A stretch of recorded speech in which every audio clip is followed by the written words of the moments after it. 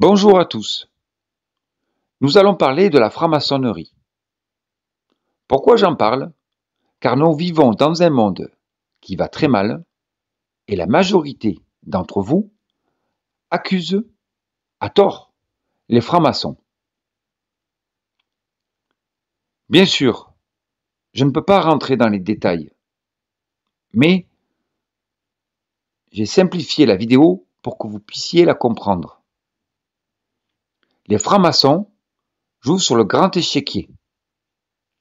Sur le grand échiquier, il y a deux couleurs, le blanc et le noir. Le blanc n'est pas plus fort que le noir n'est pas plus fort que le blanc. Ils sont de force égale. Le franc-maçon travaille sur ces deux penchants pour se parfaire dans un monde imparfait. Certains maçons ont quitté le grand échiquier pour jouer à un jeu qui, pour eux, est beaucoup plus rentable. Ce jeu-là, je le nomme les francs-maçons du Monopoly. Et quand je dis francs-maçons du Monopoly, pour moi, ils ne sont absolument pas francs-maçons. Et pour les autres, d'ailleurs, non plus. Ces pseudo-francs-maçons qui jouent au Monopoly, vous avez compris le principe, acheter, revendre. Dans un langage courant, nous appelons ces loges les loges affairistes. Bien sûr, il y a la prison, pardonnez-moi, il y a la case prison. Mais vous savez, comme moi, que c'est qu'un jeu. Ces personnes qui jouent à ce jeu-là achètent, revendent.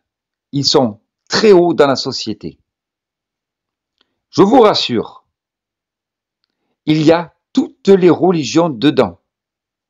Mais du moment où on fait du mal à son prochain, consciemment, bien entendu, nous sommes plus dans le domaine du religieux.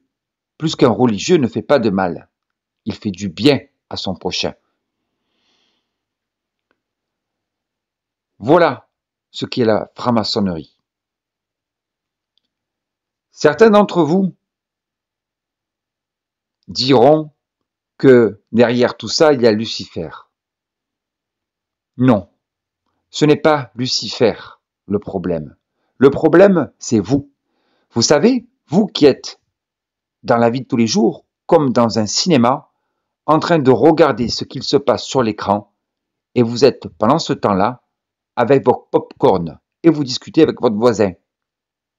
Par contre, quand il y a des matchs ou autres, vous êtes les premiers dans les rues. Donc si vous voulez faire évoluer les choses, il faut aller tous à Paris, tous ensemble, pacifiquement. Et là, vous pourrez faire évoluer les choses.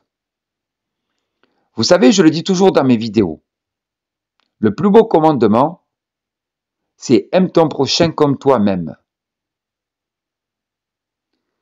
Il y en a un autre que j'aime bien. On reconnaît un arbre à ses fruits. Qui peut, comprend. Je vous souhaite une agréable journée. Merci.